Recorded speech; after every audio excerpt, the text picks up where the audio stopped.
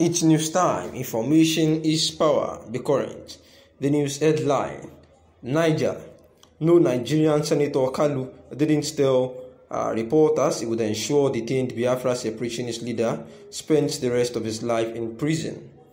I will make sure that Nnamdi Kanu spent the rest of his life in prison since he reviewed our discussion to EGO4. And this was a message we begins posted on Facebook in December 2021, supposedly quoting Nigerian Senator Orji Kalu. Nnamdi Kanu is the leader of the indigenous people of Biafra, IPOB, a movement demanding Southeast Nigerians' independence from the country, a region separatists call the Biafran Republic. Senator Kalu is a former governor of Abia State in Southeast Nigeria in November, where he visited the IPOB leader at a Department of State Service DSS detention facility in Abuja in the company of Kanu's chief counsel, Ifeanyi Ejiofor. Kanu has been in DSS custody since June, when he was arrested abroad and returned to Nigeria to face treason charges. His trial continues and he is yet to be sentenced.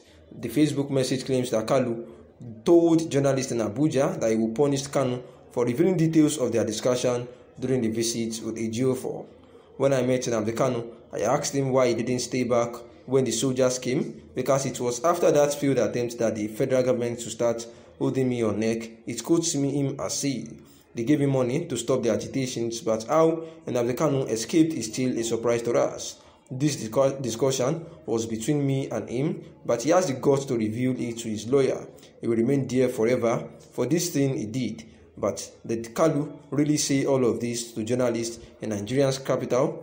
Kalu's visit to Kanu at the DSS detention facility, the protest by Ejiofor and Kalu's response to the protest have all been widely reported by the Nigerian media. But there has been no media report that the senator threatened to ensure that the IPOB leader spends the rest of his life in prison. If Kalu has said this to journalists in Abuja, it would have been published and broadcast by mainstream media in minutes. And the senator's Facebook page, on which he announced his visit to Kanu, has no such threat. We have found no evidence to support this claim by this small media. The statement further read that recall that we had filed such application, arguing that the extraordinary rendition of Kanu constitutes a constitutional barrier for his trial. The court ruled that the application was not calendared for hearing today, that it would be heard in the next adjourned date. The court, after going through what it said is a tight judicial calendar, moved the date of the next hearing backwards from 19th to 18th January 2022. The court ruled that it will entertain all outstanding applications at the next hearing date and proceed to make following orders. The Mazi Nnamdi Kanu be given maximum comfort possible in the detention facility, that he be allowed a change of clothing. And this was the conclusion at the emergency sitting that they had for Mazi Nnamdi Kanu, which we know that for quite a while now has been at the DSS facility, awaiting trial for treason, felony, and also terrorism charges. And during times wherever Mazi Nnamdi Kanu presents himself at the court, there is always a heavy security presence, there, so as to ensure, the needed at the DSS. Although there has been complaints from the lawyers of Mazi Nnamdi Kanu and also well-wishers and the IPOB members that the people are actually hindered from accessing the courtrooms, and also heavy security presence around, to threaten, and scare people off the environment. And the lawyer says that in this case of emergency meeting, Mazi Nnamdi Kanu was not brought to the court at all, and there was no security agencies to explain why, because their presence as well was not there.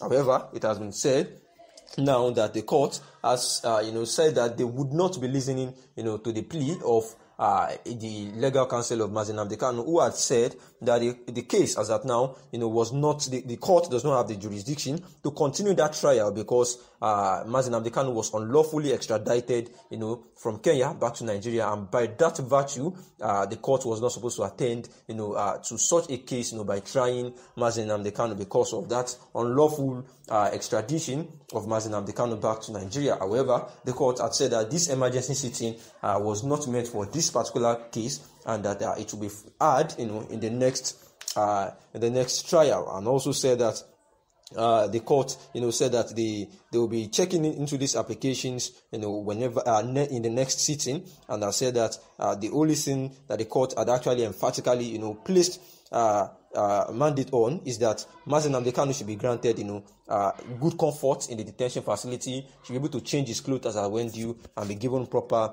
care in the DSS facility. Thereafter, appointed Governor Buni to head the Caretaker Extraordinary Convention Planning Committee (CECPC), and he was immediately sworn by the Minister of Justice and Attorney General of the Federation (AGF), Abubakar Malami. While addressing party leaders at the meeting, President Muhammadu Buhari had called for the immediate suspension of all pending litigations involving the APC and its members. He informed party chieftains at the meeting that mutating disagreements could lead to the self-destruction of the party with dire consequences. The caretaker committee was directed to take over the leadership of the APC pending when a convention would be conducted to elect a new set of national officers of the ruling party, APC. And this is the resolve between the APC, that the APC members, as directed by the President Muhammadu Buhari. And this is also that the APC NEC dissolves the National Working Committee, that the current National Working Committee, known as the NWC of the All Progressive Congress, just like I said earlier, has been dissolved, and this formed part of the decisions taken on Thursday at the meeting of the APC National Executive Council at the Council's chambers of the Presidential Villa in Abuja, where the party took the decision to dissolve its NWC based on the recommendations of President Muhammadu Buhari, who has called for the immediate suspension of all pending litigations involving the party and its members, saying that as well as the ratification of the party's governorship primary election recently conducted in Edo State. President Muhammadu Buhari had condemned the recent crisis within the party, stressing the need for the members to enforce party discipline so as to continue to foster a good unity, for the structure of the APC, where the party therefore appointed Yobe State Governor Mai Mala Buni to head the new caretaker extraordinary planning committee for the party. The governor was immediately sworn in at the meeting by the Minister of Justice and Attorney General of the Federation, Abubakar Malami. Meanwhile, President Muhammadu Buhari told the party chieftains at the meeting that they need to look for a way to settle all disputes between themselves so as not to bring the party into dire consequences. He also urged all the members to withdraw all litigations against one another and to take internal conciliation as the nearest option. The president also warned the gains of the APC could be reversed as conflict, thereby saying that they appealed to refocus on the larger picture and place more emphasis on uniting the APC. Thanks for listening.